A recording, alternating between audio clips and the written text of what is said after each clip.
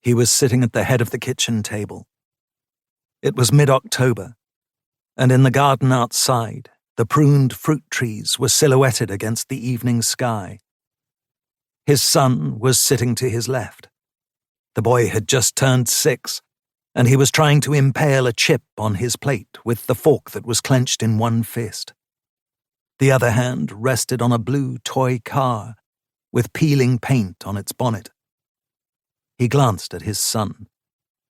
The boy had features that reflected his own: a baby hawk nose, a mouth that drooped at the corners, and close-set eyes that lent both father and son an eternally pensive expression. He reached out and stroked the boy's head. The boy let himself be stroked. The chubby cheeks and freckles he had inherited from his mother, who was standing by the stove with her back turned. She fished chips out of the frying pan and dumped them next to the golden-brown Wiener Schnitzel on the plate that was within reach on the kitchen counter by the hob. "Would you like peas as well?" she asked her husband without turning round. "Yes, please.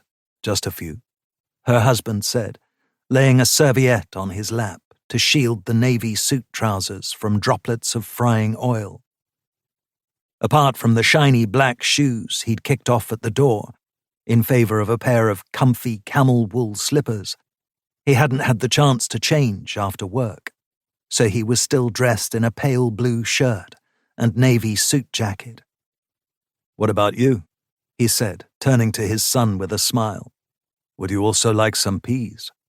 The boy shook his head violently. "No? But you've always liked peas, right?"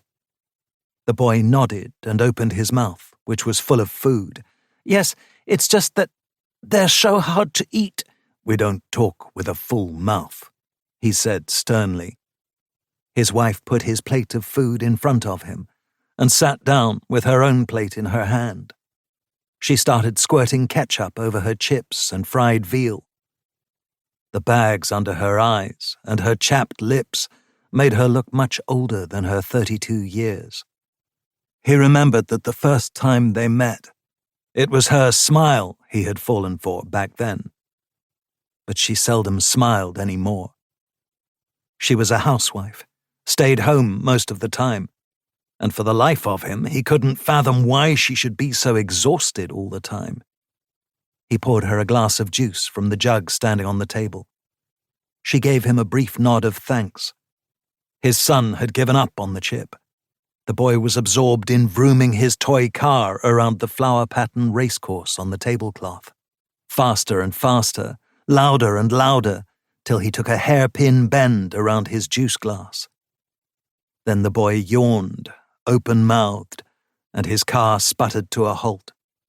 "We don't play at the dinner table," she said. "That's all right.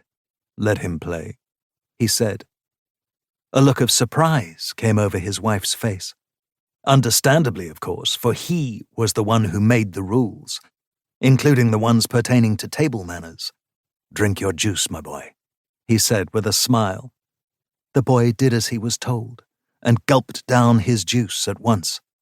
"How was your day?" his wife asked, with her mouth full. "It was fine, thank you." "Anything special today?" "No, not really. Same as usual." "Nothing special at all," she said.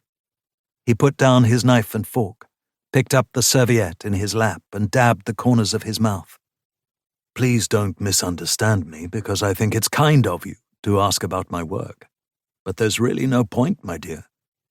For if I were to start sharing the content or details of the tasks I performed in the course of my day, any day of the week, you wouldn't begin to understand what I was saying.